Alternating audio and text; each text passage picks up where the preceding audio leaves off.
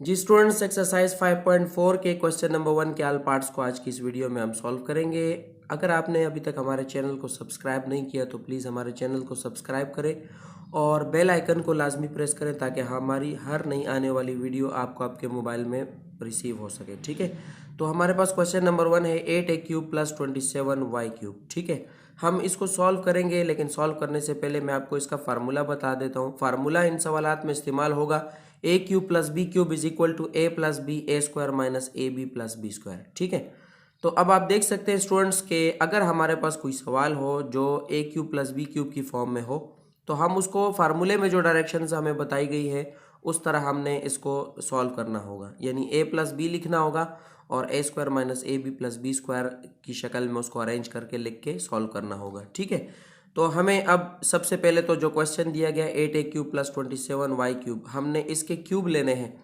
तो अगर मैं 8a क्यूब का क्यूब लेना चाहता हूँ, यहाँ पे मैं कोई ऐसा नंबर लिखूंगा जो हमारे पास 3 टाइम्स मल्टीप्लाई होने से 8 बने। तो आपको पता है 2 हमारे पास ऐसा नंबर है जिसको अगर हम 3 टाइम्स मल्टीप्लाई करें तो 8 बनता है। और a क्यूब का अगर मैं a अंदर ले लूँ और क्यूब बाहर ले लूँ तो अब आप चेक कर सकते हैं कि 2a को 3 टाइम्स मल्टीप्लाई करें, 2 2 ज़ा 4, 4 2 ज़ा 8 होता है। तो हमारे पास आ जाएगा 2a whole cube is equal to 8a cube. ठीक है, इसी तरह मैं यहाँ पर 27y क्यूब का भी अगर मैं क्यूब लेना चाहूँ तो अगर आप 27 का एलसीएम लेंगे आपको पता चलेगा कि 3 को अगर हम 3 टाइम्स मल्टीप्लाई करते हैं 27 बनता है, और y क्यूब को y को हम अंदर लिख लेंगे। तो अगर इन दोनों का हम क्यूब ले लें तो हमारे पास आ जाएगा 3y का होल क्यूब। 3y को 3 टाइम्स मल्टीप्लाई करें 27y क्यूब बनता है। ठीक है, अब हमें a cube plus b cube की वैल्यू मिल गई, यानी a की जगह हमें 2a मिल गया और b की जगह हमें 3y मिल गया। तो अब इस फार्मूले में हमने a की जगह 2a लगाना है और b की जगह 3y लगाना है और हमने इसको सॉल्व करना है। तो पहले हमारे पास है a प्लस बी, यानी हमने इसको सिंपल a प्लस बी लिखना है पहले। तो हमारे पास ये हो जाएगा 2a plus 3y।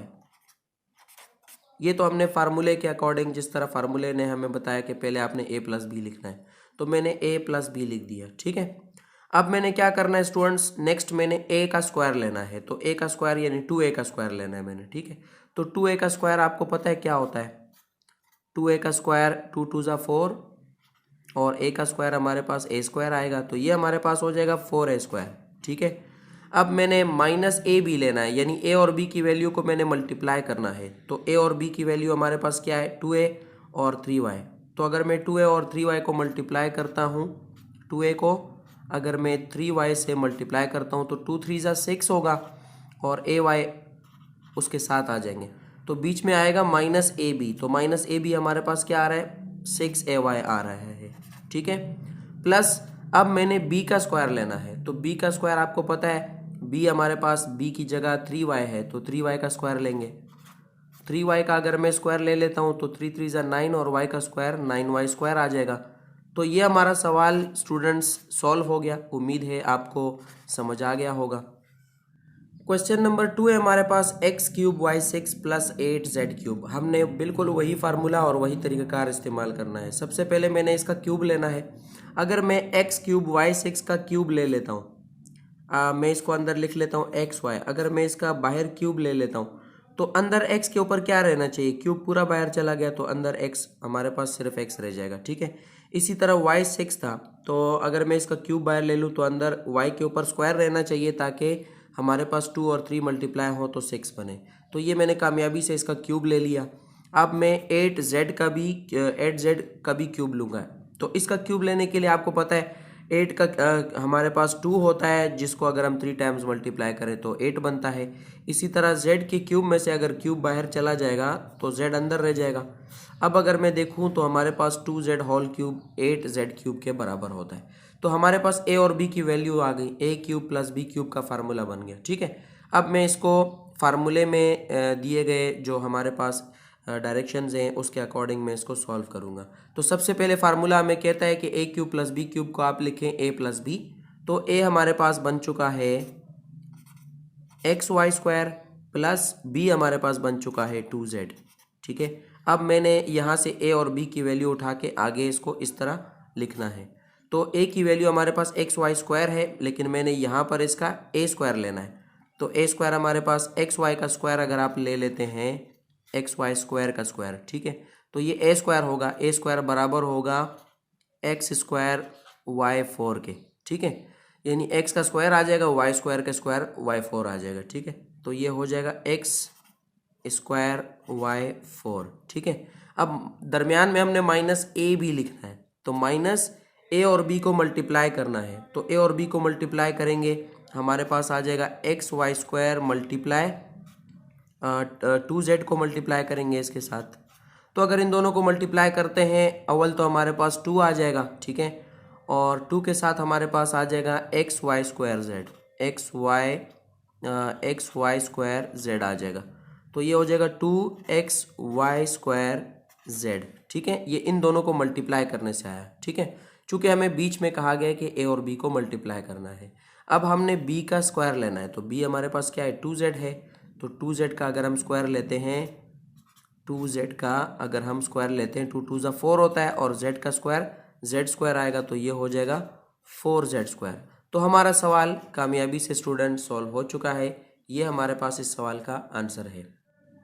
Question number 3 को भी हम उसी तरह सॉल्व करेंगे, फार्मूले में हमने इसको लगाना है, सबसे पहले हमने इसका क्यूब लेना है, तो x 6 का अगर हम क्यूब लेंगे तो हमारे पास x 6 में से स्क्वायर अंदर रह जाएगा, क्यूब बाहर चला जाएगा, तो हमारे पास a की वैल्यू आ गई x स्क्वायर, ठीक है, प्लस अब हमने 64t क्यूब का क्यूब लेना है, तो अगर हम इस 64t क्यूब का क्यूब लेंगे तो 4 को अगर हम 3 टाइम्स मल्टीप्लाई करें 64 होता है, ठीक है, और t अंदर रह जाएगा, उसका क्यूब बाहर आ जाएगा, ठीक है, ये हमारे पास कामयाबी से A cube plus B cube values हमारे पास आ गई। अब हमने इसको फार्मूले के अकॉर्डिंग सॉल्व करना है, तो फार्मूले के अकॉर्डिंग ए प्लस बी सबसे पहले लिखना होता है। ए की वैल्यू हमें मालूम हो चुकी है एक्स स्क्वायर, ठीक है, बी की वैल्यू हमें मालूम हो चुकी है 40, तो ये हमारे पास हो गया ए प्लस बी।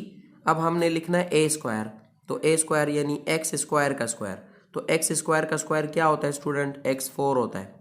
इसके पहले के सवालात में मैं यहाँ पे सॉल्व भी करता था साथ में, लेकिन अब मैं मज़ीद नहीं करूँगा, जस्ट आपको समझ आ चुकी होगी कि ये किस तरह होता है। एक्स स्क्वायर का यानी स्क्वायर लेंगे तो x4 आ जाएगा।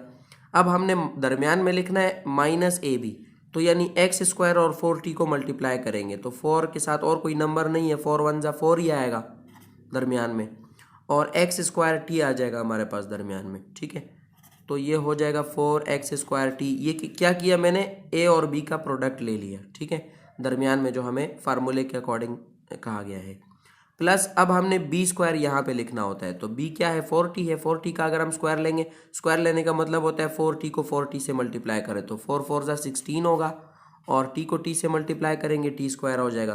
तो ये हमारा स्टूडेंट्स इस सवाल का आंसर हो गया। क्वेश्चन नंबर 4 को सॉल्व करते हैं। सेम फार्मूला है A cube plus B cube is equal to A plus B A square minus A B plus B square. तो सबसे पहले तो हमने इसके क्यूब लेने हैं। आपको पता है 2 ऐसा कोई नंबर नहीं है कि उसको हम 3 टाइम्स मल्टीप्लाई करें तो 2 आए, तो ये हमारे लिए यानी 2 हमें इसमें से हटाना होगा। दोनों में देखें 2 कॉमन है, तो अगर इसमें से 2 को हम कॉमन ले लेते हैं तो ये 2 का मसला हल हो जाएगा, ठीक है। हमारे पास 2 बाहर आ जाएगा और अंदर हमारे पास रह जाएगा एक्स क्यूब प्लस वाई 6 रह जाएगा। अब हम एक्स क्यूब प्लस वाई 6 के क्यूब ले सकते हैं और इसको हम फार्मूले के अकॉर्डिंग सॉल्व कर सकते हैं, ठीक है। तो अगर मैं एक्स क्यूब प्लस वाई 6 के क्यूब लूँगा तो हमारे पास कुछ इस तरह आएगा।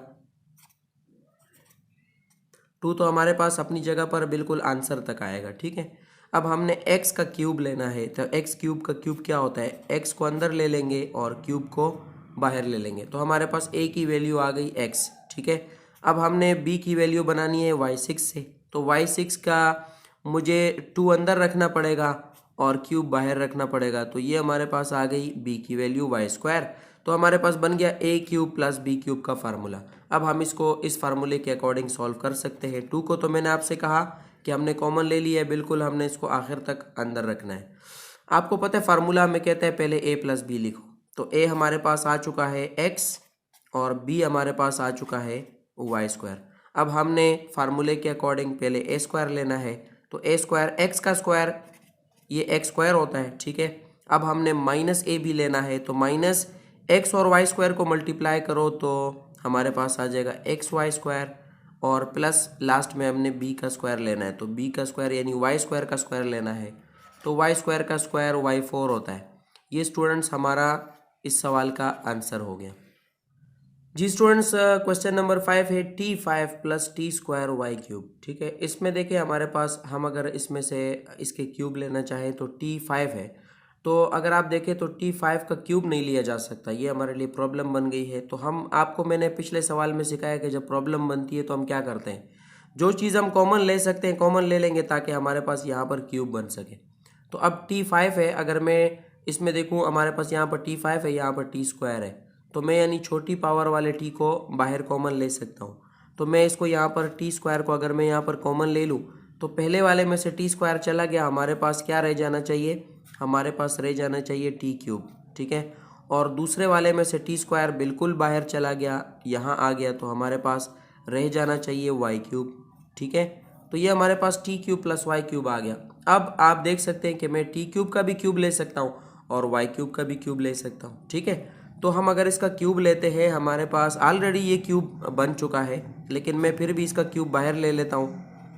तो हमारे पास टी क्यूब का अगर हम क्यूब बाहर रख लेते हैं तो हमारे पास आ जाएगा टी का क्यूब, और प्लस वाई का अगर मैं क्यूब बाहर रख लेता हूँ तो मेरे पास आ जाएगा वाई का क्यूब। ठीक है, ये आप देख सकते हैं हमारे पास ए की वैल्यू आ गई टी और बी की वैल्यू हमारे पास आ गई वाई, तो T cube plus Y cube बन गया। ठीक है, अब आपको पता है A cube plus B cube बराबर होते हैं A plus B A square minus A B plus B square के, तो हमने इसको भी उसी फॉर्म में लिखना है। टी स्क्वायर को पिछले सवाल की तरह जैसे हम 2 को आखिर तक नीचे ला रहे थे, टी स्क्वायर को भी हम आखिर तक नीचे लेकर आएंगे। अब T plus Y T cube plus Y cube यानी इस फार्मूले के अकॉर्डिंग पहले हमने इसको ए प्लस बी की फॉर्म में लिखना है। तो ए हमारे पास है टी और बी हमारे पास है वाई, तो टी प्लस वाई आ जाएगा। अब हम क्या करेंगे, ए स्क्वायर लेंगे, तो ए स्क्वायर हमारे पास टी का स्क्वायर होगा, टी का स्क्वायर टी स्क्वायर ही होता है, माइनस अब हमने ए भी लेना है, तो टी और वाई हमारे पास ए टी है और बी वाई है, तो टी और वाई को मल्टीप्लाई करने से टी वाई बन जाएगा। अब हमने बी स्क्वायर लेना है, तो वाई का स्क्वायर हमारे पास बी स्क्वायर के बराबर होगा। ये हमारा स्टूडेंट्स इस सवाल का आंसर हो गया। निहायत सिंपल क्वेश्चन था, जस्ट हमने इसमें से टी स्क्वायर को शुरू में कॉमन लेना है, बाकी तरीका तो इसका बिल्कुल सेम। जी स्टूडेंट्स, क्वेश्चन नंबर 6 को सॉल्व करते हैं। सबसे पहले तो हमने सवाल में से कॉमन लेना है। सवाल है हमारे पास x4y/3 प्लस xy4/81। ठीक है, तो हम इसमें से कॉमन लेंगे ताकि हमें इसका क्यूब लेने में आसानी हो। तो सबसे पहले आप देखिए हमारे पास जो छोटे पावर वाला हमारे पास होगा, जैसे x4 है और x है, तो इन दोनों में से मैं x को कॉमन ले सकता हूँ। इसी तरह y और y4 में से मैं y को कॉमन ले सकता हूँ, छोटे पावर को हम कॉमन लेते हैं। ठीक है, इसी तरह मैं हमारे पास जो डिनोमिनेटर है उसमें 3 और 81 है, तो 3 को मैं कॉमन ले सकता हूँ क्योंकि 3 के टेबल में 3 भी होता है 81 भी होता है। ठीक है, अब हमारे पास जो अंदर जो चीज़ें रह जाएंगी उसको मैं अंदर लिखूंगा। तो x4y/3 में से xy/3 बाहर चला गया, तो हमारे पास क्या रह जाएगा, हमारे पास सिर्फ रह जाएगा यहाँ पर x क्यूब। ठीक है, x क्यूब क्यों रह गया, क्योंकि y पूरा बाहर चला गया, 3 पूरा बाहर चला गया, तो जस्ट हमारे पास x4 था, उसमें से 3x रह गए क्योंकि 1x बाहर चला गया। ठीक है, प्लस अब हमने इसमें से जो कॉमन बाहर ले लिया है, तो जो चीज़ रह गई है वो लिखनी है। तो हमारे पास क्या चीज़ रह जाएगी, x हमारे पास पूरा बाहर चला गया, y4 में से एक y बाहर चला गया, y क्यूब रह जाएगा, और नीचे चूँकि 81 है तो 3 के टेबल में 81 कौन से नंबर पे होता है स्टूडेंट्स, आपको पता है 27 से अगर हम 3 को मल्टीप्लाई करें तो 81 होता है। ठीक है, तो यहाँ पर y3/27 आ जाएगा। अब हमें फार्मूला क्या कहता है, फार्मूला हमें कहता है सवाल के पहले क्यूब लो, फिर क्यूब लेने के बाद उसको इस फॉर्म में लिख के सॉल्व कर दो। ठीक है, तो मैं पहले इन दोनों के क्यूब लूँगा।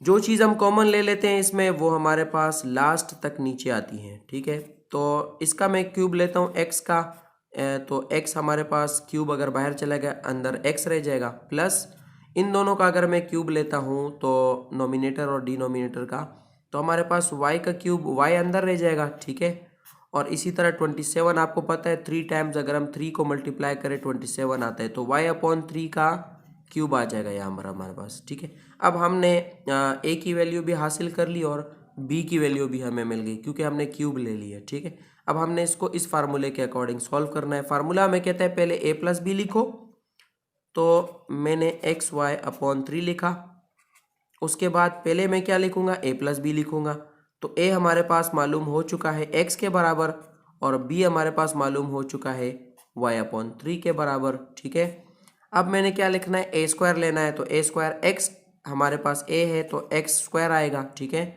माइनस ए बी लेना है यानी ए और बी का प्रोडक्ट, तो ए और बी हमारे पास एक्स और y/3 ये हमारे पास ए और बी है। तो एक्स और वाई अगर आपस में मल्टीप्लाई होंगे तो XY/3 बन जाएगा। ठीक है, ये हमारे पास इन दोनों को मल्टीप्लाई करने से बना। अब हमने b का स्क्वायर लेना है, तो b का स्क्वायर आपको पता है y/3 का स्क्वायर लेना पड़ेगा, तो y का स्क्वायर y स्क्वायर ही आएगा और 3 का स्क्वायर आपको पता है 3 3 जा 9 होता है। तो ये हमारा स्टूडेंट्स ये सवाल भी हमारा सॉल्व हो गया। इसी के साथ हमारे जो क्वेश्चन नंबर 1 के जितने पार्ट्स थे वो हमने सॉल्व कर लिए। नेक्स्ट वीडियो में हम क्वेश्चन नंबर 2 के हल पार्ट्स को सॉल्व करेंगे।